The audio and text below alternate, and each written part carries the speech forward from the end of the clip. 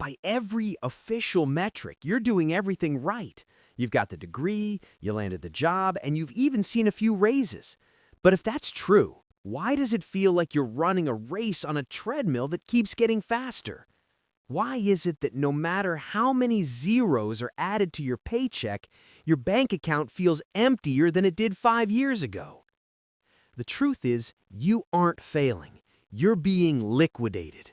You are a victim of a mathematical illusion designed to keep the middle class in a permanent state of survival. Today, we're going to look past the headlines and uncover the invisible forces systematically destroying your wealth. This isn't just a bad patch in the economy, it's a total redesign of how money works, and you weren't invited to the meeting. We are talking about the systematic death of the middle class. Most people confuse nominal income with real income. When your boss gives you a 5% raise, you feel like a winner. You go home, tell your family, and maybe plan a small vacation. But here's the reality. If the cost of rent, groceries, and energy has climbed by 10%, you didn't get a raise. You got a 5% pay cut. This is the silent tax called inflation. While the government cheers for wage growth, they are measuring the size of the paper in your wallet, not what that paper can actually buy. In the 1970s, a single grocery bag cost a few dollars. Today, that same bag feels like a luxury purchase. You're working the same hours, perhaps more, for less bread, less fuel, and less future. You aren't getting ahead, you're just paying a premium to stay behind. The goal of the system isn't to make you poor overnight, it's to boil the frog slowly so you don't jump out of the pot. It gets worse because of a phenomenon called bracket creep. This is the ultimate gotcha of the financial system. As inflation pushes your nominal salary higher, it pushes you into a higher tax bracket. Think about the genius of this. The government inflates the currency to pay off its own massive debts. This inflation makes everything more expensive, including your labor, so your number goes up. But because our tax system isn't fully indexed to real-world inflation, you suddenly find yourself in a tax bracket meant for the wealthy of 10 years ago. You are paying a higher percentage of your income to the state for the privilege of living through a cost of living crisis. You are literally being taxed on the loss of your own money's value. It's a double dip. Inflation steals your purchasing power, and the taxman steals what's left of the increase. To understand why the middle class is shrinking, you have to understand the Cantillon effect. When the central bank prints trillions of dollars, that money doesn't just appear in everyone's bank account simultaneously. It enters the system through the top, through big banks and government spending. The people closest to the money printer get to spend that new money before prices have risen. By the time that money trickles down to your paycheck, the inflation it caused has already jacked up the price of eggs, milk, and rent. You are essentially getting the leftovers of the currency's value. This is why Wall Street can hit record highs while Main Street is struggling to pay for gas. The system is designed to reward those who handle the money first and punish those who work for it last. When the gap between income and expenses becomes a canyon, most people reach for the only bridge available: credit.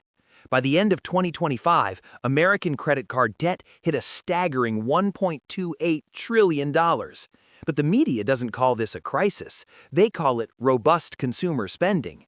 They want you to believe that the economy is strong because people are still buying iPhones and cars. But they aren't buying with earnings. They're buying with 22% interest rate plastic. This is the debt trap. The system encourages you to maintain your middle-class lifestyle through borrowing because a consumer in debt is a consumer who can't say no to their employer. Every time you swipe for a necessity, you are selling a piece of your future freedom. You aren't a consumer anymore. You've become a debt service machine for the financial elite. In the 1970s, a single income could buy a home, a car, and a future. Today, even a dual-income household of professionals struggles to afford a starter home. This isn't because we aren't building enough houses, it's because houses have stopped being shelter and have become speculative assets for institutional investors. When the system prints money, that money flows into assets. Real estate, stocks, and luxury goods skyrocket while your salary takes the stairs. This has created a generation of permanent renters. We've traded equity for subscriptions. You don't own your software, you don't own your music, and increasingly, you don't own your home. The middle class is being transformed into a neo-feudal class. You work in the city, but you pay a massive portion of your labor back to the lords who own the land and the capital. Why does the GDP still look good? It's Goodhart's law. When a measure becomes a target, it ceases to be a good measure. Our leaders have optimized the metrics to hide the cracks. The unemployment rate. It counts you as employed if you worked 1 hour last week. It doesn't care if you're a PhD driving for DoorDash. The GDP. It counts government deficit spending as growth. If the government borrows $1 trillion to build a bridge to nowhere, the GDP goes up, but your life doesn't get better. The CPI. They constantly change the basket of goods to keep inflation looking lower than it feels at the checkout counter. We are managing the optics of a failing ship rather than fixing the hole in the hull. The most dangerous part of this trap is the psychological gaslighting. You are told that it's never been better, that technology makes everything cheaper, and that you should be grateful. This is designed to make you feel like your financial struggle is a personal failure rather than a systemic inevitability. They want you to accept a lower standard of living as the new normal. They want you to accept smaller apartments, fewer children, and no retirement as the way things are. But it wasn't always this way, and it doesn't have to be. The middle class was a historical anomaly that provided stability and freedom. By destroying it, the system is trading long-term stability for short-term profit. The middle class was never meant to be a permanent destination. Historically, it was a temporary buffer, a psychological and economic safety net designed to stabilize the system. But today, that buffer isn't just shrinking. It's evaporating in the heat of a deliberate devaluation. You are being squeezed in a giant vice, caught between stagnant real wages that have stayed flat for decades and soaring asset prices that are moving further out of reach every single day.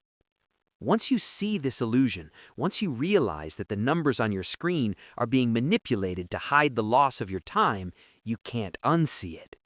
You begin to realize that you can't win a game that's rigged against you by following the old rules.